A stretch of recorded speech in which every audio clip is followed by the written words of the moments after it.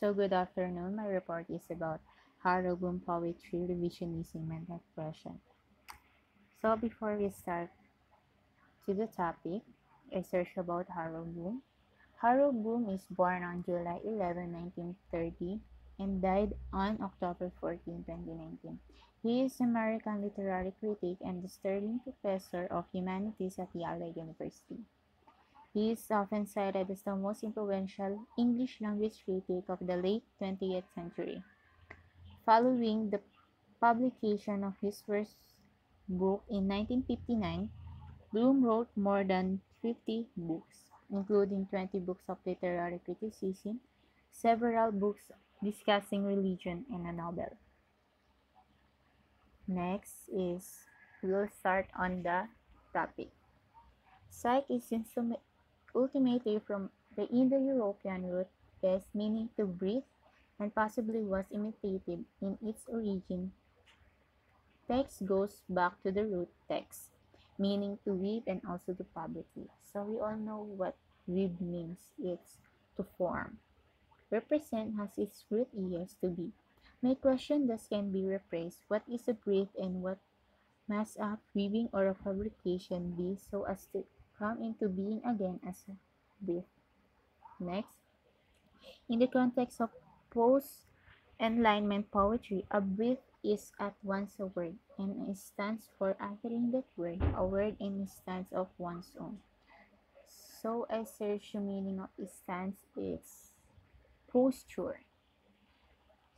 So it is breathe and emphasize the meaning of every word.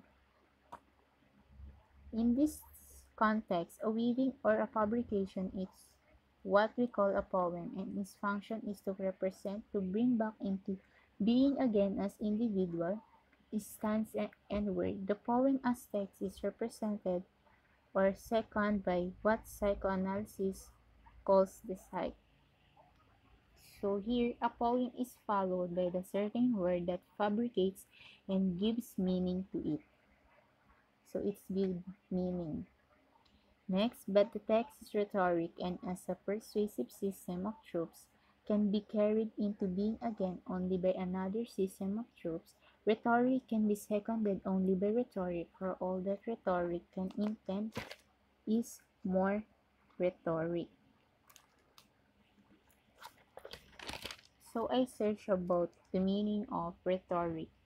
Rhetoric, the art of effective or persuasive speaking or writing, especially use of figure of speech and other compositional techniques. Next is the text being used in poem is figure of speech to be more persuasive and act as a support. So the figure of speech is the support in the text. Next, the strong word and instance issues only from a strict will, a will that there's the error of reading all of reality as a text, and all prior text as opening for its own totalizing and unique interpretation. So when uses strong word that can be used as unique interpretation. Next is strong poets present themselves as looking for truth in the world, searching in reality and in tradition, but such as instance, as Nietzsche said, remains under the mastery of desire of instinctual drives. A strong poet is often presented as if searching for something in reality. So it's searching for something in reality and in tradition, just like what Nietzsche says, is still under the mastery of desire of instinctual drives. It can only be used by one's desire and instinct. So it can be used in one desire, one of our desire and instinct. Next, a poetic text, as I interpret it, is not a gathering of signs on a page, but is a psychic battlefield upon which authentic forces struggle for the only victory worth winning, the divinity triumph over oblivion. So here, according to Nietzsche, A poetic text is not a compilation of signs but rather a mind wars which aims only for victory worth winning.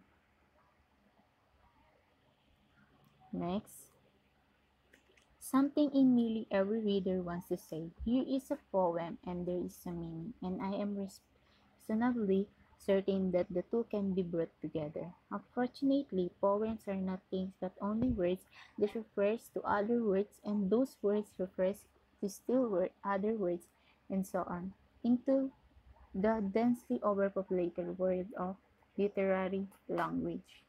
So when we are writing a poem, there is always a meaning in that poem we write.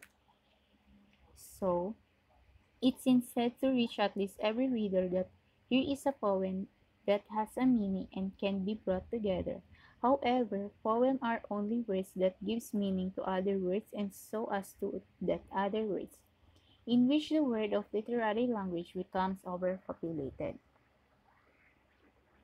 Next, language for Vico. Particularly poetic language is always and necessarily a revision of previous language.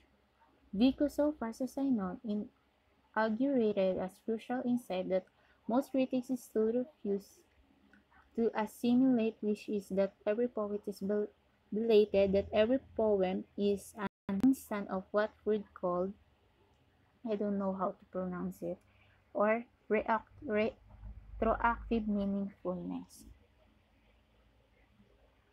So, according to Vico, poetic language is always ends a mass revision of previous language. As far as I know about Vico, he first introduced crucial insight other critics refuse to acknowledge, that is why every poet is a bit late, and every poem is just like of what Freud called, so it's written to the PowerPoint, I don't know what to pronounce it, or retroactive meaningfulness.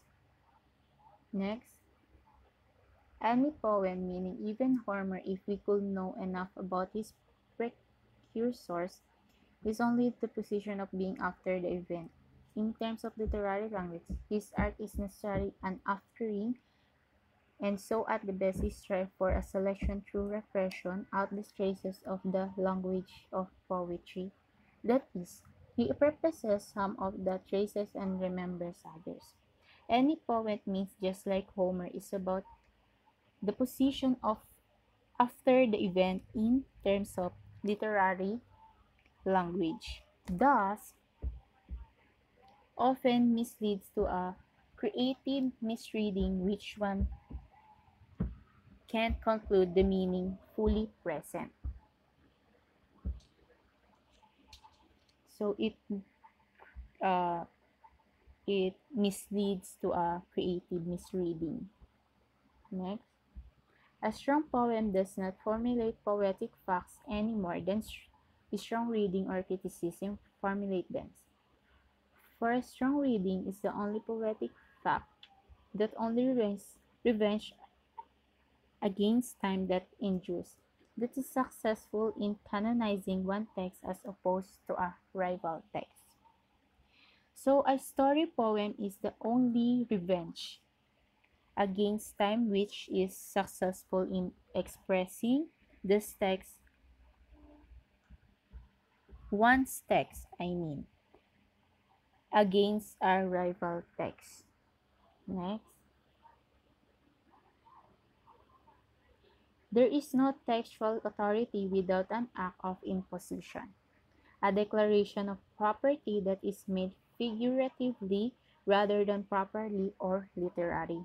For the ultimate question, a strong reading as of a poem is why? Why should it have been written? Why must we read it? Out of all the too many other poems available, who does the poet think he is anyway? Why is his poem? So the reader is strong as is. Why must we read it? Why must we read it? Why must we read his her poem? So for us to know, The strong should be the strong reading always asks why. Why should it be written? Why should we read it among others' poems? And also, who does the poet think he is and why is his poem? That is basically the main idea.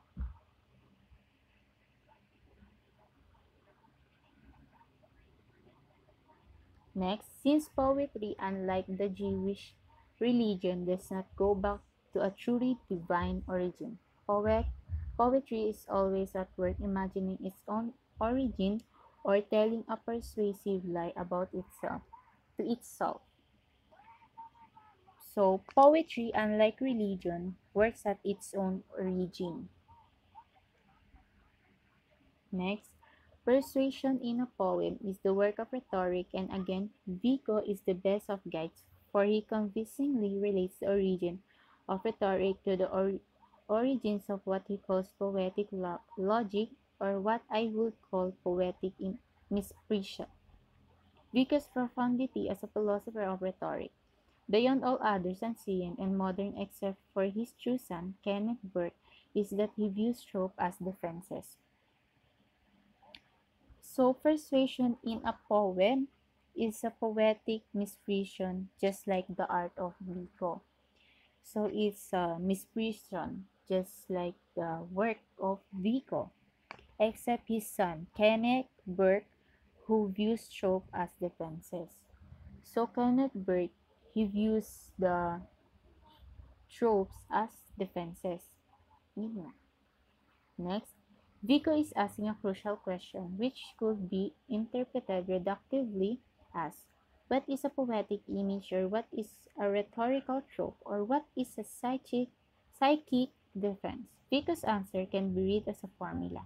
Poetic image, trope, defense are all forms of a ratio between human ignorance making things out of itself and human self-identification moving to transform us into the things we may have made.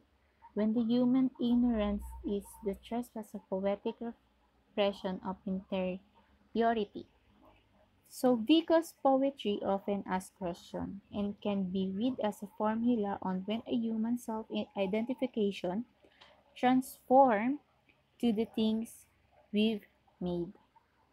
Next, we can define a strong poet as one who will not tolerate words that intervene between him and the word, or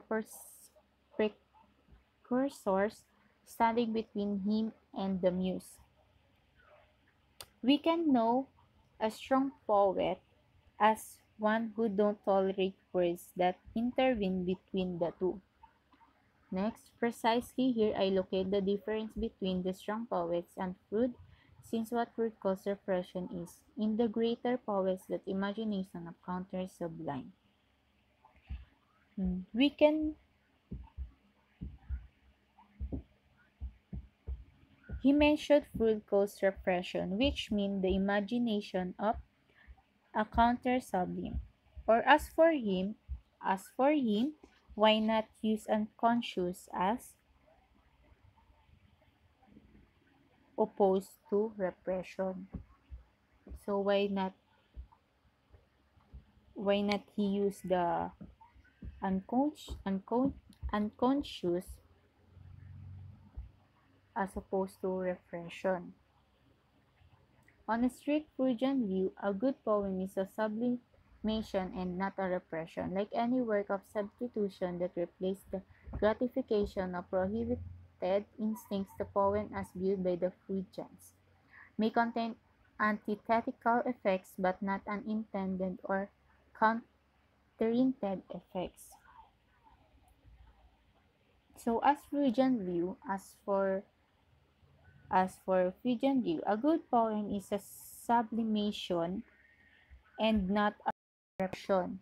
So it's a sublimation and not repression, or an intended or counterintended effects.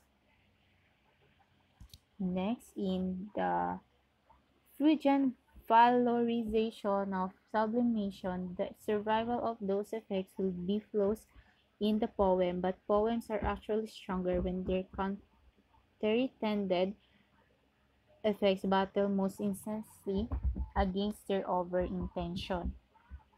So sublimation is the survival of effects. It is the survival of effects whose flaws are to the poems itself, but also stronger when counter-intended effects on it.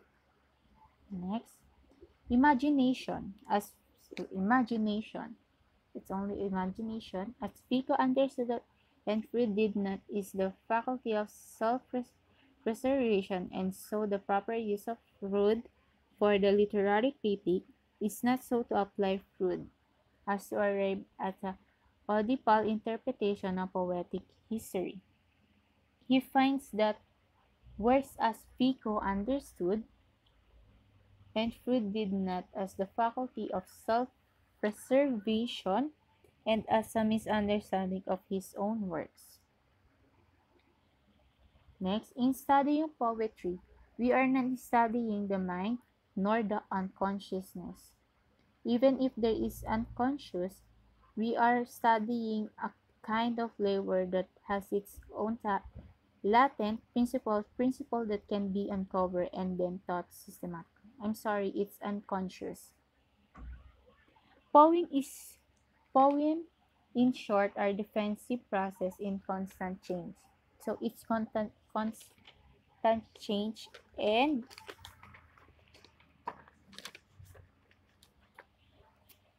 acts of acts of reading.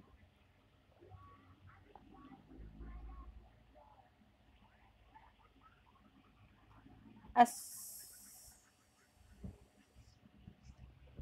so as Thomas Roach says, a poem is a fierce proplectic debate and the precursor poems. Next, poems are not sights, nor things, nor are they renewable archetypes in a verbal universe, nor are they architectonic units of balance stresses. They are defensive processes in constant change, which is to say that poems themselves are acts of reading. A poem is, as Thomas Ross says, a fierce proleptic debate with itself as well as with precursor poems.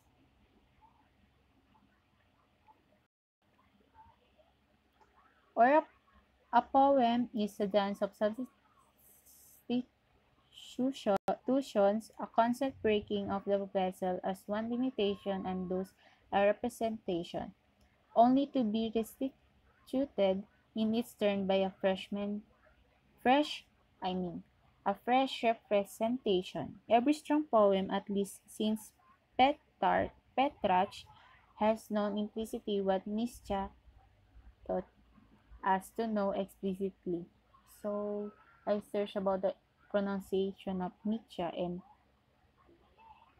Nietzsche is the right pronunciation.